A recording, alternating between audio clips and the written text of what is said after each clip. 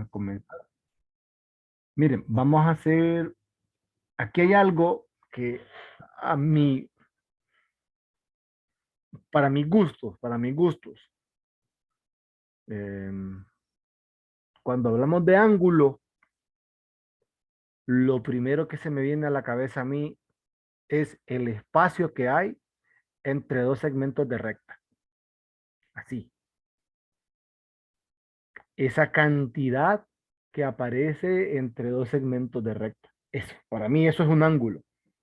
Entonces creo que tengo demasiado impregnada la geometría, pero el concepto es mucho más profundo, porque el concepto de ángulo, según este autor, Claudio Pita, y es donde a mí me llega a meterme en el rollo de las funciones, porque siento que es un objeto que nosotros no podemos tocar, porque si yo les digo, determinemos el ángulo de un triángulo, ah, listo, estamos pensando en dos segmentos de recta, pero si yo les hablo de calcular un ángulo entre dos funciones, entonces mi geometría cambia.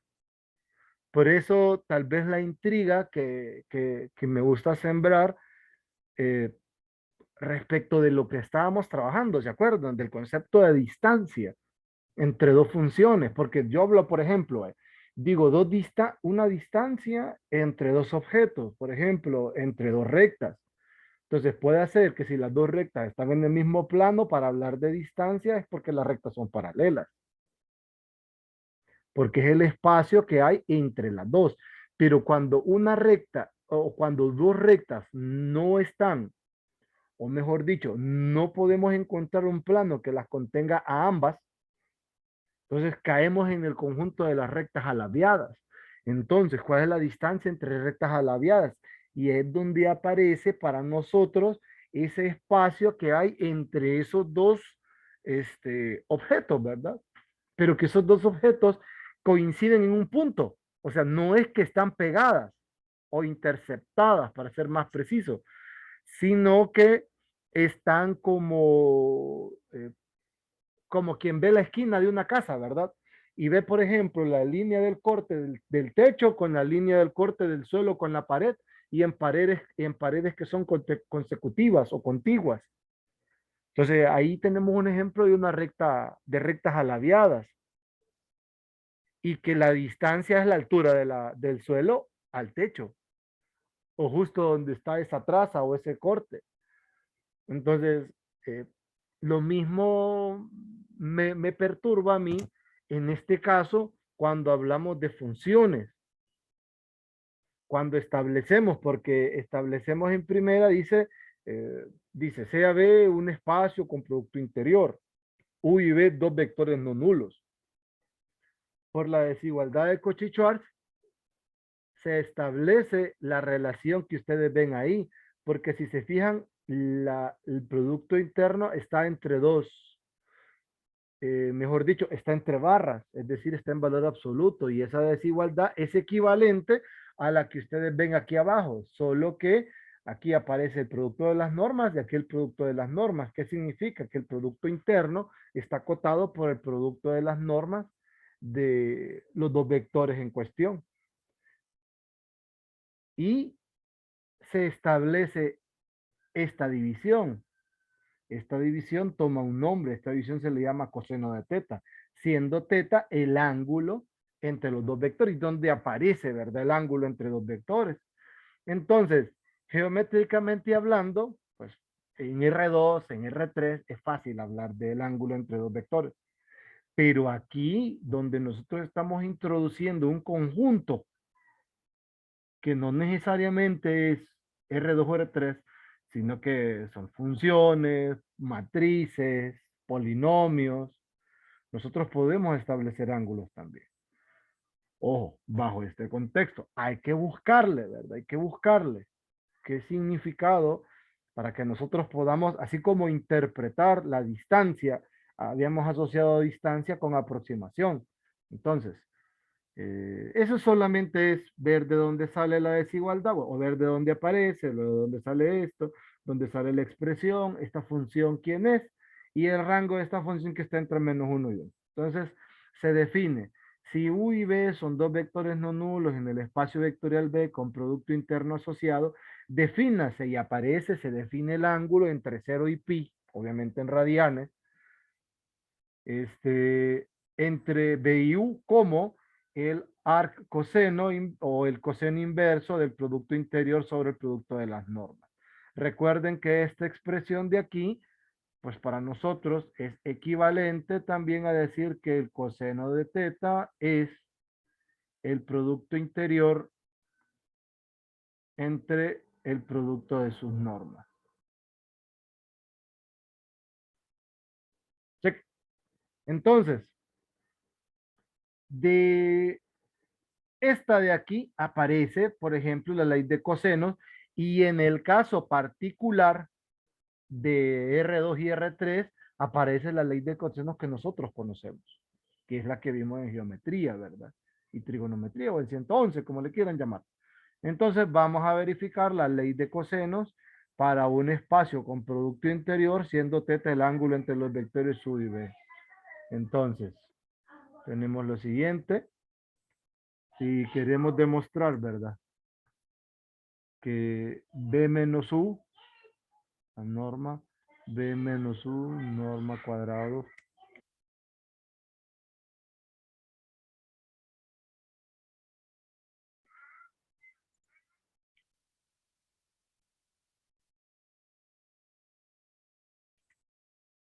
Esto es igual al producto interior de B menos U con B menos U. Nosotros de esta ecuación ya sabemos que esto va norma de B cuadrado menos 2 veces producto interior de B con U más norma de U cuadrado. Pero esta ecuación de acá del ángulo entre los vectores, mire, si despejamos tenemos que el producto interior de B con U es producto de las normas de B con U por el coseno del ángulo. Pero esto es igual a la norma de B menos 2 veces norma de U, norma de B, coseno del ángulo entre los vectores, más la norma de U. Y para nosotros ya sabemos que eso pues representa la ley de los cosenos. Entonces, en el caso, ¿verdad? De hablar de R2 o R3, si este es el ángulo entre los vectores, quizás soy un poco exagerado con esos triángulos raros. Este debo hacerlo más pequeño.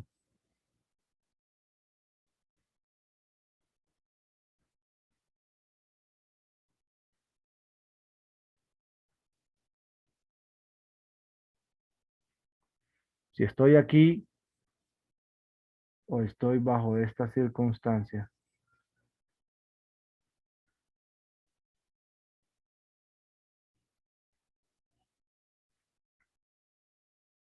esto es teta, esto es teta.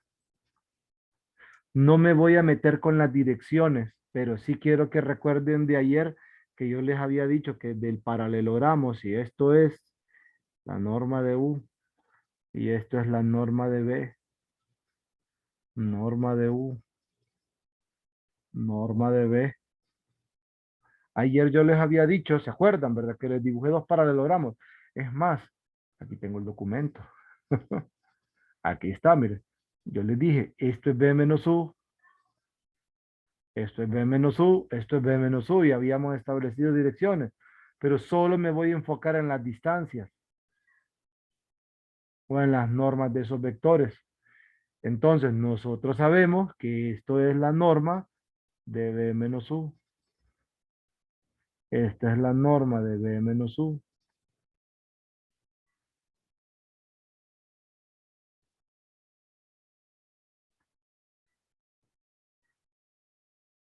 Miren, y es donde establecemos la ley de los cosenos, que este al cuadrado es igual a este al cuadrado más este al cuadrado menos 2 veces el coseno del ángulo entre los vectores. De ahí será la ley de cosenos. O que en el triángulo que este lado al cuadrado más este lado al cuadrado menos dos veces el producto de estas magnitudes o de estas distancias de estos lados por el coseno del ángulo de este ángulo que justo está enfrente a este es igual a esta distancia al cuadrado. Acuérdense que está asociado, ¿verdad? A este ángulo, ¿verdad? Cheque. ¿Estamos bien? Esto es lo que nosotros asociamos de trigonometría. Entonces de ahí aparece esta ley de cosenos. Cheque. Ese es un detalle. De ahí el otro, esta definición de acá. Aquí establecemos el concepto general de ortogonalidad, ¿verdad? Que para nosotros ortogonalidad está asociado de dos maneras. Está asociado que son, por ejemplo, en el caso de R2 y R3, son dos objetos cuyo ángulo entre ellos es pi medios. Tenemos una relación geométrica, una relación algebraica, por ejemplo, cuando hablamos de rectas, que el producto de las el producto de las pendientes de las rectas es menos uno. Cuando estamos hablando de dos rectas que son ortogonales o perpendiculares, ¿verdad? Pero de manera más general, nosotros decimos que dos vectores B y U en un espacio B, que es un espacio con producto interno, es cuando el producto interior de B con U da cero. Nota, dice, en el caso general, se referirá siempre a la propiedad geométrica de perpendicularidad entre dos vectores como la propiedad de ortogonalidad, o mejor dicho, entre tales vectores, reservando entonces perpendicularidad, ¿verdad? Entonces recuerden, en el caso, eh, digamos, general, nosotros asociamos ortogonalidad, eso es lo que vamos a decir, así nos vamos a referir a eso, a ese par de vectores como ortogonales. Y en el caso de la geometría para R2 y R3, nos vamos a referir en ambos términos a lo mismo, a perpendicular y ortogonal, ¿verdad? Vamos a hacerlo en ambas direcciones. Cheque. Luego, de la definición 3.2 se desprende que el vector 0 o el neutro en B es ortogonal a todo vector del espacio vectorial. ¿Por qué? Porque el producto interior del neutro con cualquier vector B del espacio vectorial da cero. O sea que estos dos siempre van a ser ortogonales entre sí. Check. Y otro detalle interesante, a conjuntos ortonormales. Miren, en los conjuntos ortonormales hay dos cosas asociadas. Está la parte de ortogonalidad y la parte de las normas, cuando hablamos de ortonormales. Entonces, sea B un espacio vectorial con producto interno y sea S un conjunto, perdón, un subconjunto de B. Se dice que S es un conjunto ortogonal de vectores en B si cada par de vectores distintos en S son ortogonales entre sí. En particular, si S es igual a ese conjunto de K vectores, ese será ortogonal, sí y solo sí, el producto interior entre dos elementos cualesquiera me da esos dos posibles resultados. Cero cuando la i es distinto que la j y me da la norma del vector al cuadrado si la i es igual que la j. Entonces, si tenemos un conjunto de vectores que cumple eso, decimos que dicho conjunto es ortogonal. Además, si a cada vector se le asocia, ¿verdad? El conjunto ortogonal, se le asocia que su norma es 1, el conjunto recibe el apellido de ortonormal. O mejor dicho, recibe el apodo o el nombre de conjunto ortonormal. Entonces, un vector B de un espacio con producto interno que tiene norma 1, pues ya sabemos nosotros que se le llama vector unitario. Un conjunto ortonormal en B es entonces un conjunto ortogonal de vectores unitarios en B. Eso es un conjunto ortonormal. Y tenemos un par de propiedades que se desprenden de los conjuntos ortogonales. Por ejemplo, esta sea S un conjunto ortogonal de vectores no nulos en el espacio B con producto interno, entonces ese es un conjunto linealmente independiente. Bueno, este es un teorema clásico de bases ortonormales cuando nosotros hablamos, definimos el producto interior para R2 y R3, ¿verdad? Pero de manera general también aplica. Es más, yo creo que esta pregunta, no estoy seguro, pero alguien de la clase ya me la había hecho. Y el compañero que me preguntó me había consultado, pero asociándolo a vectores de Rn, pero eso funciona para cualquier espacio vectorial general y la demostración va en la misma dirección. Entonces, defino el conjunto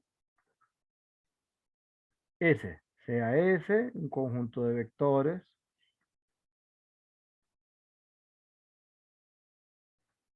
del espacio vectorial B. Quiero probar que este conjunto es LI.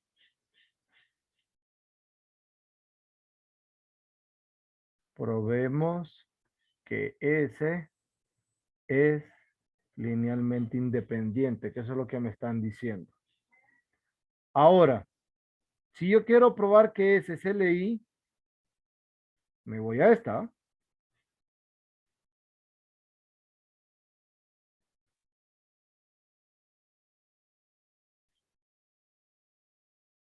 Igual al neutro en B. Si yo logro demostrar que la única combinación lineal posible para esta es que las constantes, todas las constantes, sin importar cualquiera, es cero, pero todas deben ser cero, entonces el conjunto es LI, ¿verdad? Sí. Entonces voy a hacer, o voy a partir de esta igualdad. Sabemos que cero es igual a este producto interior con cualquier B sub J de aquí. Este B sub J es uno de estos, ¿sí? Pero este, porque tengo mi combinación lineal, la podemos ver de esta manera, como C1B1, C2B2.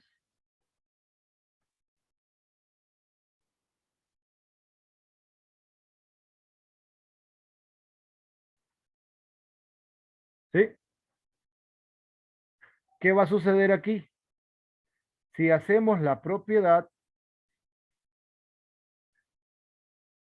esto nos va a quedar sumatoria desde I igual 1 hasta acá de C sub I, B sub I, producto interior con B sub J. ¿Sí? Recuerden, este producto interior de un conjunto ortonormal toma dos posibles valores. Miren, cuando I es igual que la J, va a ser la norma de B sub I cuadrado. Caso contrario, es cero. Entonces, ¿qué va a suceder con esta sumatoria? Esto va a ser igual a C sub J, norma de B sub J al cuadrado. Pero ¿qué tenemos aquí? Tenemos que C sub J y esta norma es cero. Pero B sub J es distinto del neutro, lo cual implica que la norma de B sub J obviamente es distinta de cero. De aquí concluimos que C sub J es cero. Y como J es uno de estos, sin importar, esto es válido para todo J.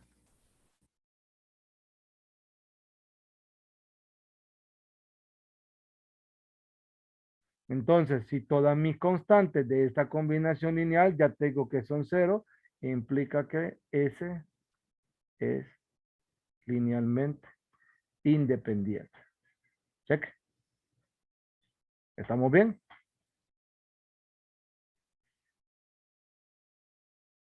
¿Alguna duda?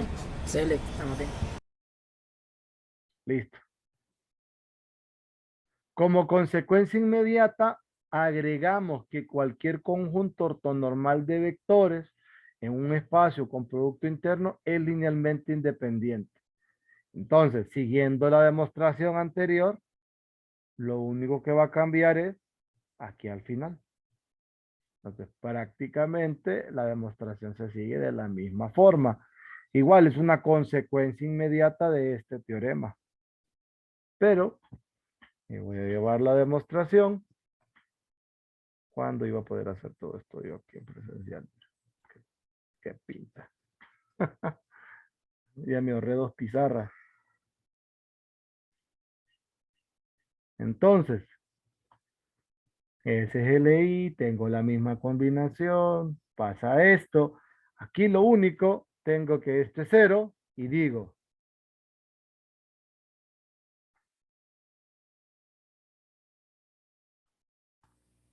la norma de B sub J es 1. ¿Por qué? Porque es un conjunto ortonormal. Esto implica que C sub J es 0 para todo J desde 1 hasta acá. Entonces, ese es linealmente independiente. Esa es la única diferencia. Que aquí la norma tomó un valor. Allá estábamos hablando de productos interiores, o perdón, estábamos hablando de vectores no nulos. Check. ¿Estamos bien? ¿O hay alguna observación al respecto?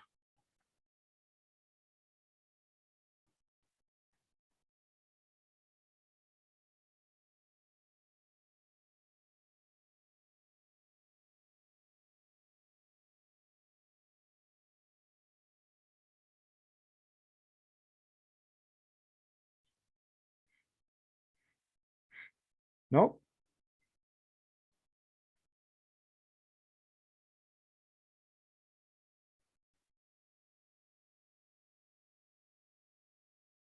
De mi parte no le. Listo.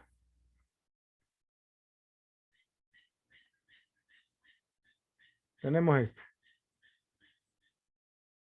Sea S un espacio con producto interior, sea W el espacio generado por el conjunto ortonormal de vectores S, está aquí. El vector U que pertenece a B, pertenece a W, sí y solo si U puede escribirse de esta forma. Entonces, como hay un sí y solo sí, hay un camino que es bien sencillo. ¿En qué dirección es? Medítenlo. ¿Qué dirección es la que no hay que hacer absolutamente nada?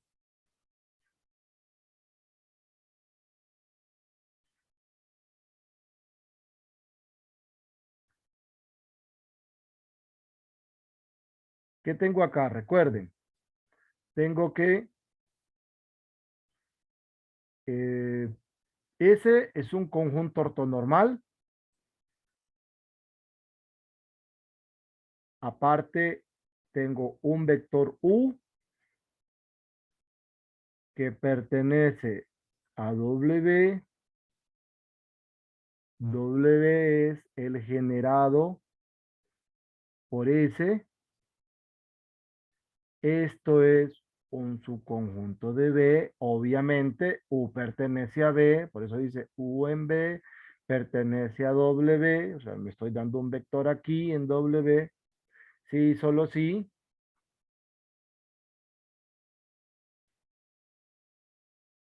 U es igual a la sumatoria desde I igual 1 hasta acá de U producto interior con BI, BI.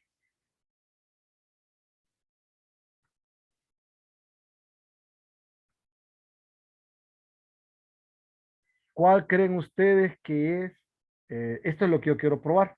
¿Cuál creen ustedes que es la dirección que no hay que hacer absolutamente nada?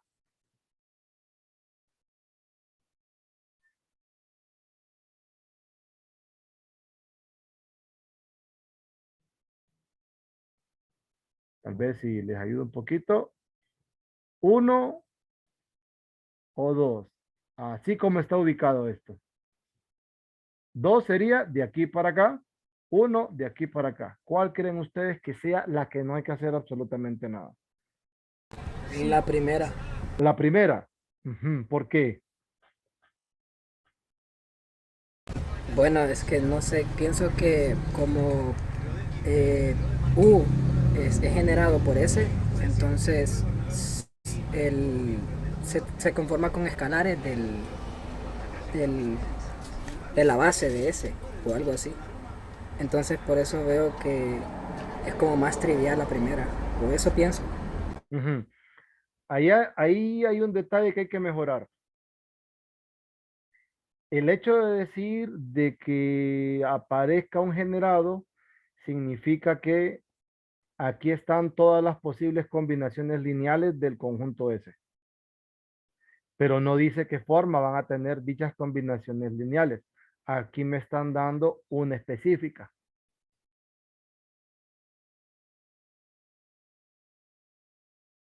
¿Me explico?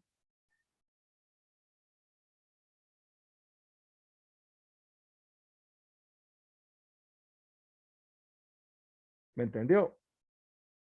Sí, sí, Entonces ahí hay un detalle. Esta no es. Entonces, por eliminación, esta es la trivial o esta es la fácil. ¿Por qué? Fíjense, en esta dirección. U es la sumatoria de i igual 1 hasta acá de un escalar por bi. Si se fijan, esta es una combinación lineal de S.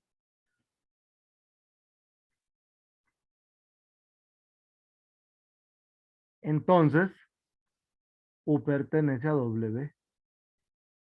¿Por qué? Porque en W están todas las posibles combinaciones lineales de S. ¿Por qué?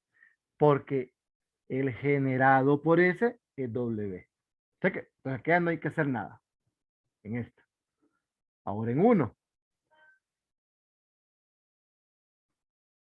¿Cómo seguimos a uno nosotros?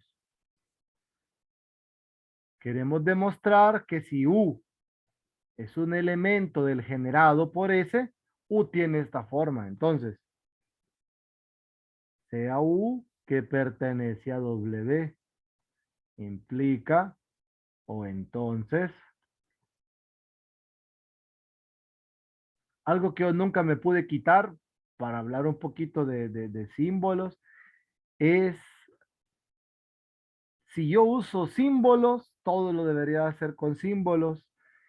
Si yo uso palabras, todo lo debería hacer en palabras, pero yo nunca me pude quitar esa cuestión de colocar entonces o colocar flechas y empezar a mezclar. Ese fue mi estilo. No está incorrecto, para unas personas no es tan formal, para otras es normal, para otras es informal, pero así lo hago yo. Pero es la misma historia para ustedes. Hay personas que son bien detallistas y todo lo hacen a puro símbolo, no escriben absolutamente nada. Entonces, sea U que pertenece a B, entonces existen constantes C sub I, tales que U es igual a la sumatoria desde I igual 1 hasta acá de CI BI. Cheque. ¿Qué va a suceder? Calculemos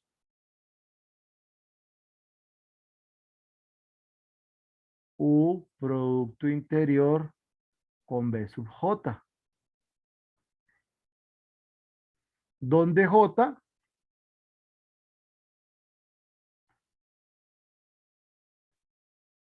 vamos a decir, es uno de estos números. Es uno de ellos, J. No sé cuál, es uno. Entonces, ¿qué va a pasar?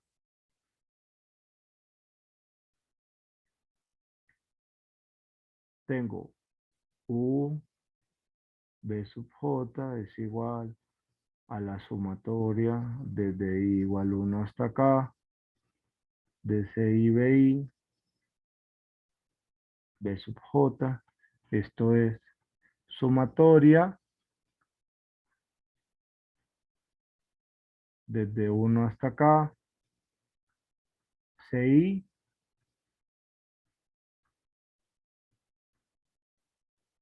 BI, producto B sub J. ¿Sí? Como el conjunto S es ortonormal, sucede que esto es I norma de BI cuadrado, ¿verdad? De manera general, por ser ortogonal. Pero al ser ortonormal, se tiene que... aquí tengo un errorcito de símbolos. Esto es J, porque J es el vector fijo.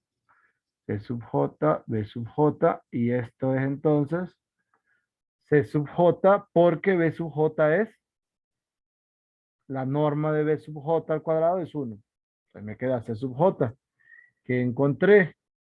Entonces encontré que U producto interior con B sub J es igual a C sub J. Miren, encontré la forma de las constantes. Esto implica que el vector U es igual a la sumatoria desde igual 1 hasta acá de U producto interior BI con B sub I. Porque esa es la forma que tiene el J con J que pertenece a uno de estos. Y como es cualquiera, entonces aplica para todos, porque lo extiende. Ya que, entonces miren, ya probé entonces que al tomar un elemento por el generado utilizando un conjunto ortonormal, este elemento que está en el generado tiene esta forma. Partiendo de una forma general y calculando que las constantes C sub J están formados o son de la forma U producto interior B sub J. ¿Estamos bien?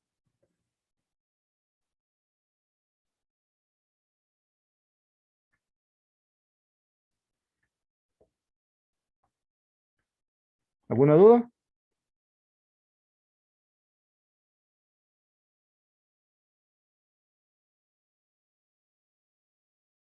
¿Jóvenes? De mi parte no. Ok.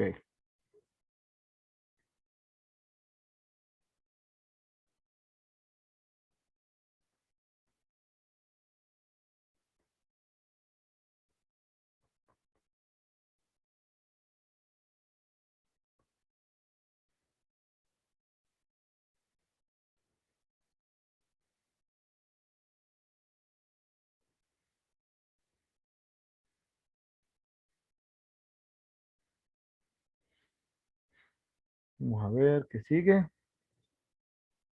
Ah, esta que es la extensión del teorema de Pitágoras. Dice, teorema de Pitágoras, sea B un espacio con producto interno, sea W el subespacio de B generado por un conjunto ortonormal. Si U es un vector de W, se tiene que la norma de U es esa expresión de ahí. Entonces, ¿qué tenemos de esa parte, verdad? Lo único que hacemos nosotros es, por el anterior,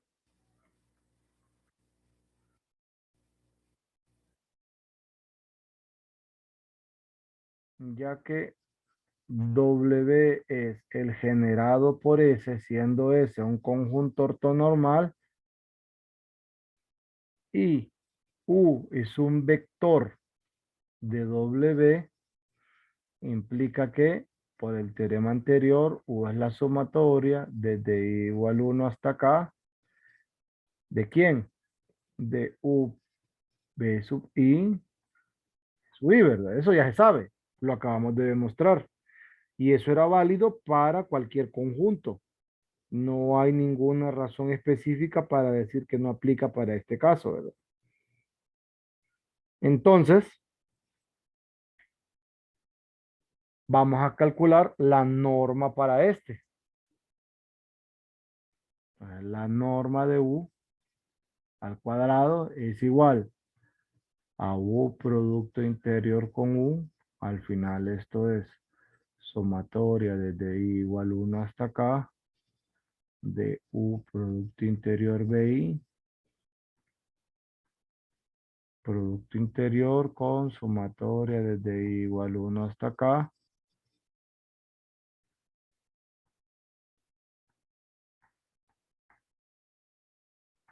¿Qué va a suceder? Ya nosotros tenemos una identidad prácticamente para esto. Esta es la sumatoria desde I igual 1 acá. De la sumatoria desde J igual 1 hasta acá. ¿De quién? De U, BI, U, B sub J, B sub I, producto B sub J. Miren. Pero esta es 0 para cuando la I es diferente de la J y es la norma cuadrado para I igual que la J. Entonces, esa doble sumatoria se reduce a una sola. Hasta acá de U, BI al cuadrado porque van a ser iguales. Norma de BI cuadrado. Pero como es un conjunto ortonormal, esto vale 1 y entonces esto es igual a la sumatoria de I igual 1 hasta acá de U de I a la 2. Y miren, eso es lo que queríamos verificar. Esto. ¿Cheque? ¿Alguna duda?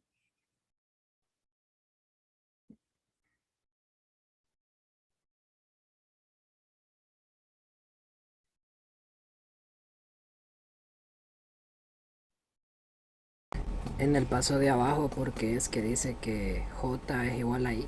Esa Ah, parte me confunde. esta parte de aquí surge de la definición de un conjunto ortonormal. Ah, permítanme.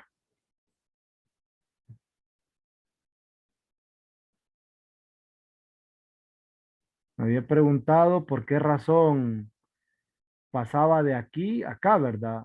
Entonces, si se fija, cuando hablamos del conjunto ortogonal, dijimos que ese es un conjunto ortogonal, sí, solamente sí, B sub I J toma dos posibles valores, o la norma al cuadrado o cero. Ah, sí, ya capté. Entonces, mire acá, me queda B sub I J, pero esta va a ser cero en todos los casos donde la I sea distinta de la J. Entonces me quedo donde la I sea igual que la J, o sea que ya no tengo dos sumatorias, sino que solo tengo una, porque aquí sería BI, BI, BI, BI.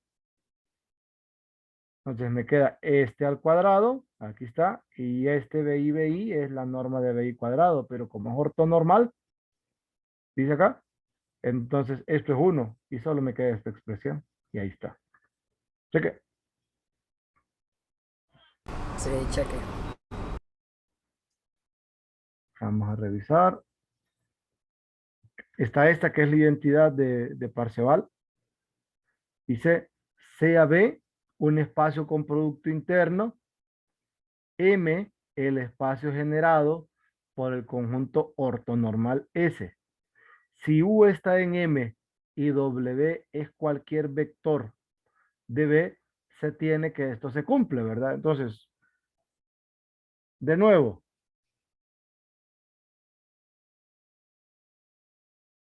M es el generado por S. Como S es ortonormal y U está en M, U pertenece a M, implica que U es de la forma sumatoria desde I igual 1 hasta acá de U, BI, BI, ¿verdad? Esa es la forma. W es cualquier vector, no necesariamente uno en M, es cualquier vector. Entonces vamos a hacer producto interior de U con W. Aquí W pertenece a B, siendo B, o sea, siendo cualquier vector, no necesariamente a uno acá.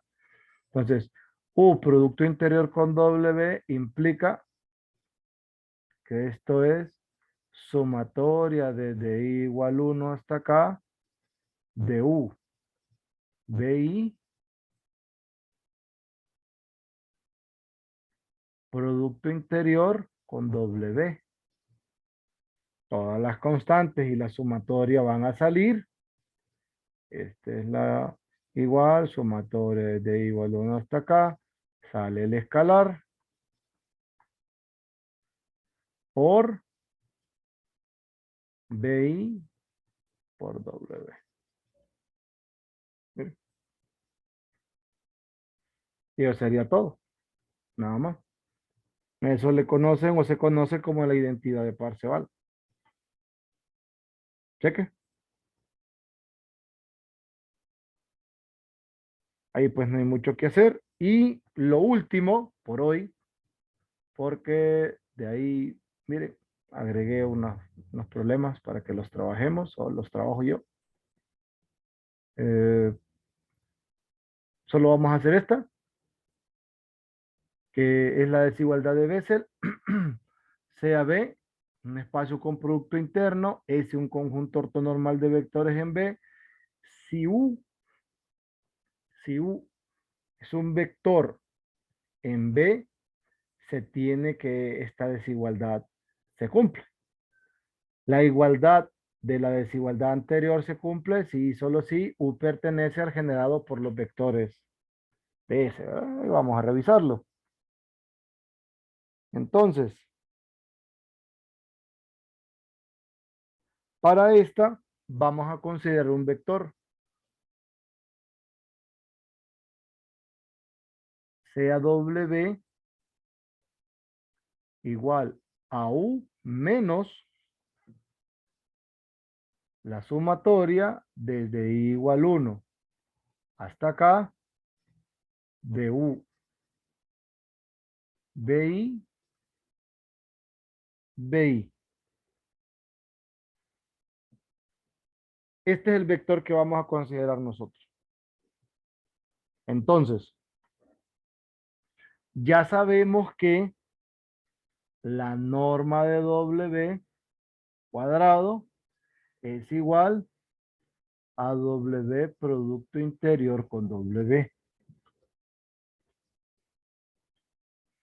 Esto es igual a U menos la sumatoria desde I igual 1 hasta acá de U, BI, producto interior con el mismo vector, porque W.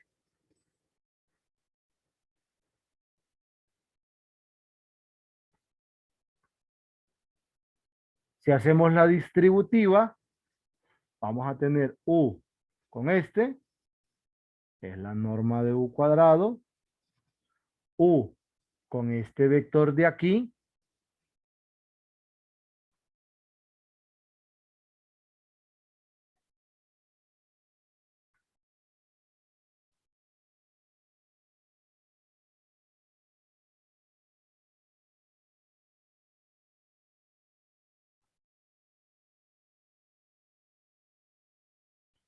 menos este vector con U,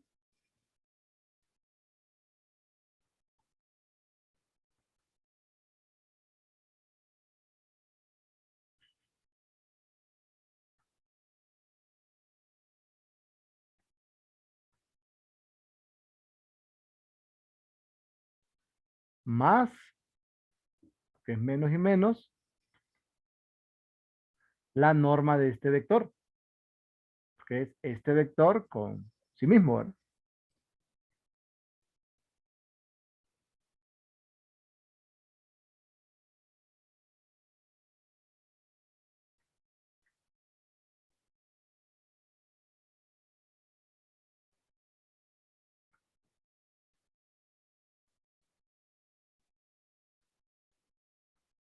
Al cuadrado, ¿sí? ¿Qué sucede?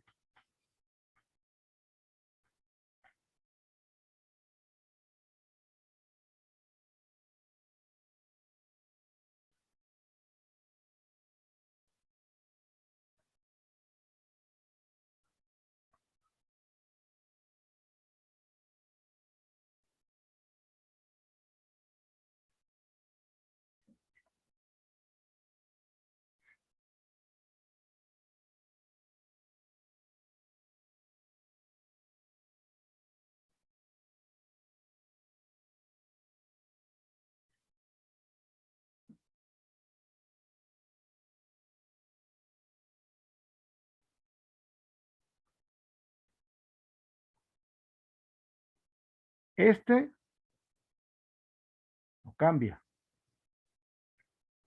Este, si notan, este escalar va a salir y voy a tener UBI al cuadrado, ¿verdad?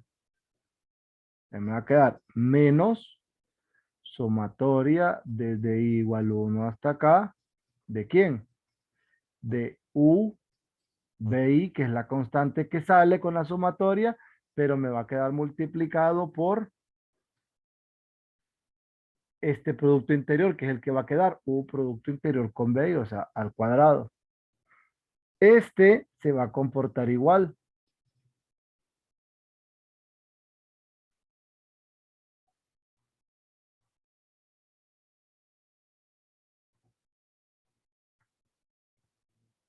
Y luego tengo la norma de este vector, pero la norma de este vector es esta, miren, porque U, ¿quién es U? U es la sumatoria, miren, ¿quién era U? U es este. Entonces la norma de este vector es la sumatoria de estos al cuadrado. Bueno, miren, estoy usando este teorema. Esto es igual, entonces, esta norma que yo tengo es la sumatoria desde i igual 1 hasta acá de U de i a la 2, pero este y este son opuestos.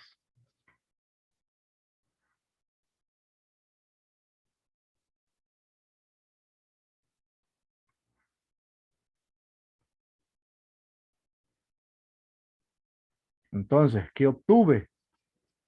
Obtuve que la norma del vector w cuadrado es igual a la norma de u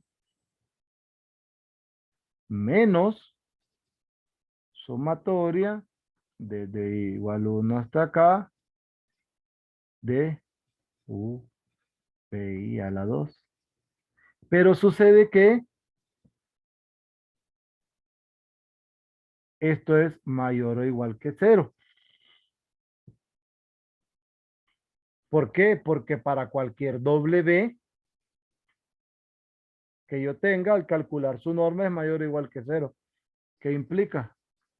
Entonces implica que la norma de u cuadrado es mayor o igual que la sumatoria desde i igual 1 hasta acá de vi cuadrado, que era lo que quería demostrar en primera instancia. Check.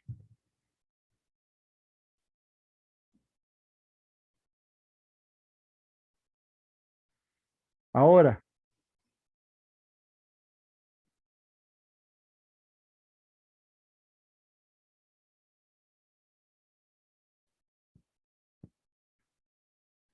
¿qué más?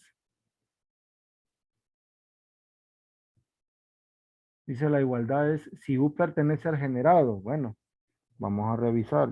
Ya le estoy robando bastante tiempo, pero bueno, vamos a pecar de abusivos. Yo sé que ninguno de ustedes quiere tampoco. Entonces,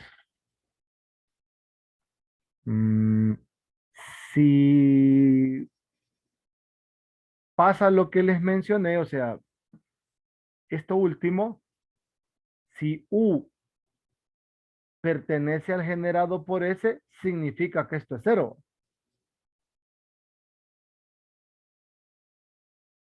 Si U pertenece al generado de S, implica que el W que yo tengo es 0. Si el W que yo tengo es 0, implica que esta norma cuadrado es 0. Si la norma cuadrado es 0, implica que esto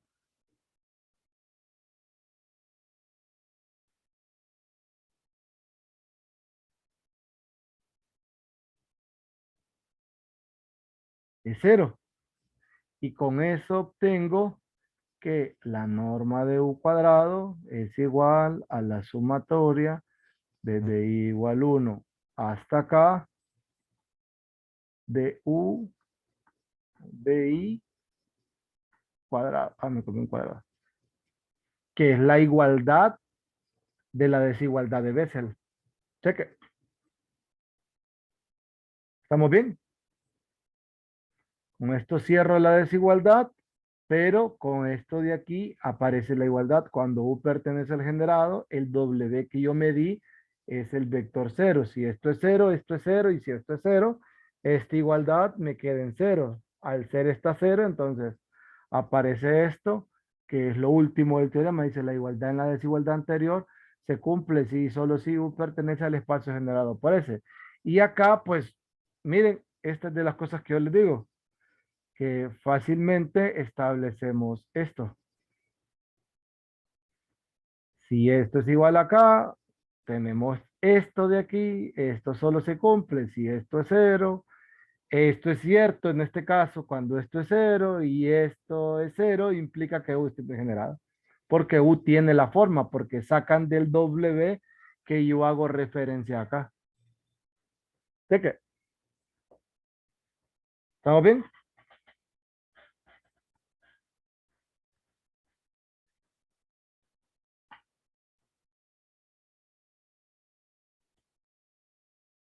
¿Alguna duda, pregunta o comentario al respecto?